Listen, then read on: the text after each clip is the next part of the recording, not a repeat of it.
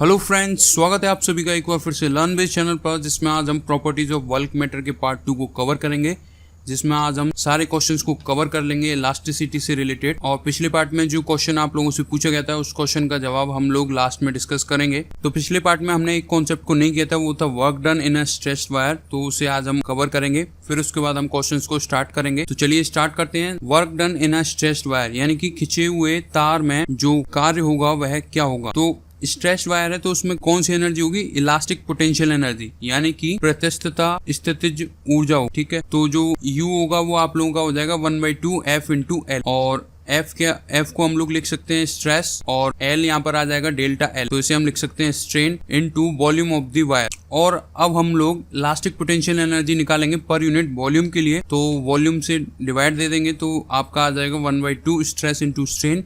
और स्ट्रेस आप सभी को पता है, हम लोग लिख सकते हैं y इंटू स्ट्रेन, क्योंकि y इक्वल्स टू क्या होता है, स्ट्रेस ओवर स्ट्रेन। तो यहाँ से y इंटू स्ट्रेन, तो स्ट्रेन इंटू स्ट्रेन क्या हो जाएगा, स्ट्रेन स्क्वायर, तो which is equals to 1/2 into y into strain square. तो ये आपकी इलास्टिक पोटेंशियल एनर्जी हो गई पर यूनिट वॉल्यूम के लिए। और बिना पर यूनिट वॉल्यूम के पूछे जाए तो इलास्टिक पोटेंशियल एनर्जी आपकी ये होगी। क्लियर है।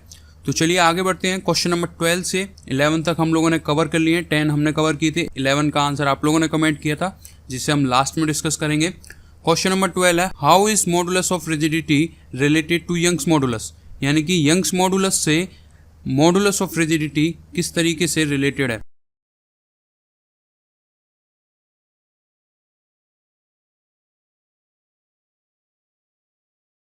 तो जो लोग G इक्वल्स टू y/3 को चुन रहे हैं उन सभी का आंसर राइट है। तो जैसा कि आप सभी को पता होगा G ऑलवेज लेस देन होता है y से, तो G इक्वल्स टू y/3 यहाँ पर करेक्ट होगा, ना कि G/3। आगे बढ़ते हैं। नेक्स्ट क्वेश्चन आपके सामने, question number 13, for an equal stretching force F the Young's modulus YS for steel and rubber YR are related as, यानी कि एक इक्वल स्ट्रेचिंग फोर्स F है जो कि स्टील के ऊपर और रबर के ऊपर लग रही है, तो यंग्स मॉडुलस YS और YR के बीच में क्या रिलेशन होगा। यहाँ पर स्टील है ये,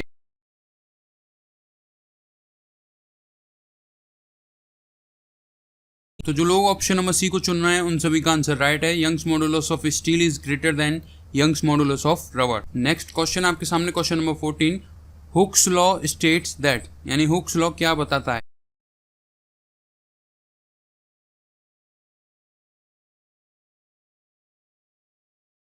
तो जो लोग option number A stress is directly proportional to strain को चुन रहे हैं उन सभी का आंसर राइट है। अंडर आ इलास्टिक लिमिट भी यहाँ पर आप लोग ध्यान रखिएगा, अंडर आ इलास्टिक लिमिट। आगे बढ़ते हैं। नेक्स्ट क्वेश्चन आपके सामने, question number 15, the ratio of stress and strain is called, यानी कि जो प्रतिबल और विकृति का अनुपात होता है वह क्या कहलाता है।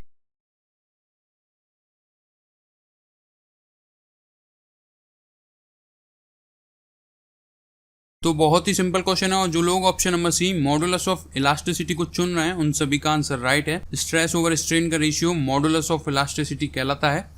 नेक्स्ट क्वेश्चन आप लोगों के सामने, question number 16, the ratio of tensile stress to the longitudinal strain is defined as.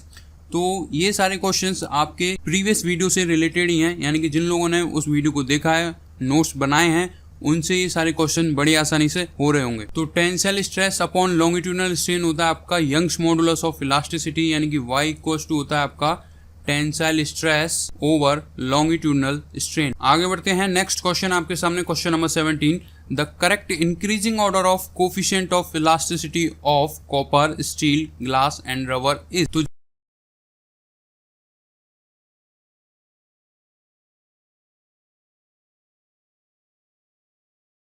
जैसा कि आप सभी को पता है स्टील का हाईएस्ट रहता है, तो स्टील आपका हाईएस्ट इन 2 पॉइंट्स, यानी कि V और D में से कोई एक करेक्ट होगा।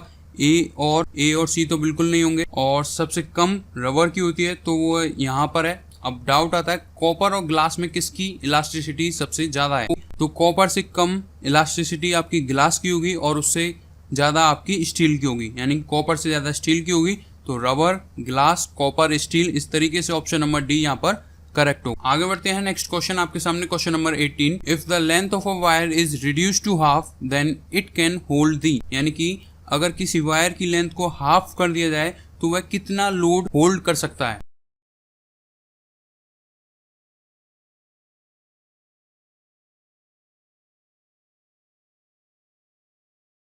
तो जैसे कि आप सभी को पता है यंग्स मॉडुलस आपका डिपेंड नहीं करता है किसके ऊपर, स्ट्रेस या स्ट्रेन के ऊपर। तो लेंथ रिड्यूस की गई है तो स्ट्रेन आपका चेंज होगा, लेकिन यंग्स मॉडुलस आपका डिपेंड ही नहीं करता है किसके ऊपर, स्ट्रेस और स्ट्रेन के मैग्नीट्यूड पर। लोड कैपेसिटी होगी वायर की वह सेम रहेगी, यानी कि ऑप्शन नंबर बी यहाँ पर करेक्ट होगा। आगे बढ़ते हैं नेक्स्ट क्वेश्चन आपके सामने, question number 19। The Young's modulus of perfectly rigid body is, यानी कि जो यंग्स मॉडुलस होगा परफेक्टली रिजिड बॉडी के लिए वह क्या होगा। तो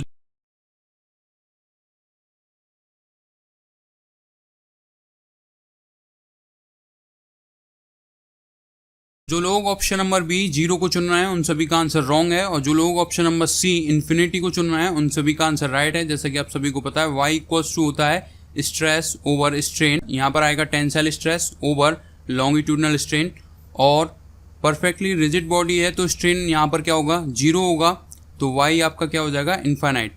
क्लियर है। नेक्स्ट क्वेश्चन आपके सामने, question number 20। The only elastic modulus that applies to fluid is, यानी कि इनमें से ऐसा कौन सा मॉडुलस है जो कि फ्लूइड्स के लिए एप्लीकेबल है। Young's modulus, modulus of rigidity, bulk modulus या शियर मॉडुलस।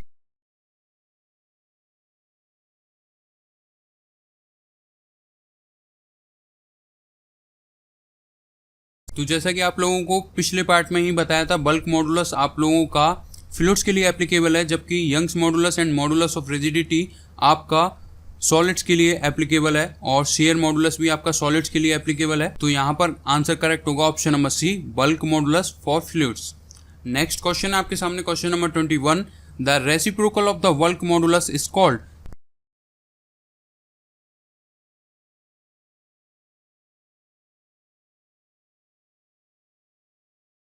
जो लोग ऑप्शन नंबर डी कंप्रेसिबिलिटी को चुन रहे हैं उन सभी का आंसर राइट है।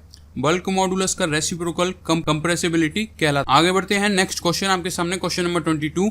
Modulus of rigidity of liquid is, यानी कि मॉडुलस ऑफ रिजिडिटी लिक्विड के लिए क्या होगा। Constant, infinite, zero, can not be predicted.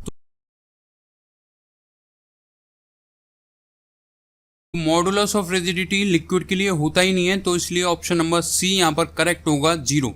Clear है। लिक्विड्स के लिए क्या रहता है आपका बल्क मॉडुलस। आगे बढ़ते हैं, लास्ट क्वेश्चन है। इस क्वेश्चन का जवाब आप लोगों को कमेंट बॉक्स में कमेंट करके बताना होगा। According to Hooke's law of elasticity, if stress is increase then the ratio of stress to strain is.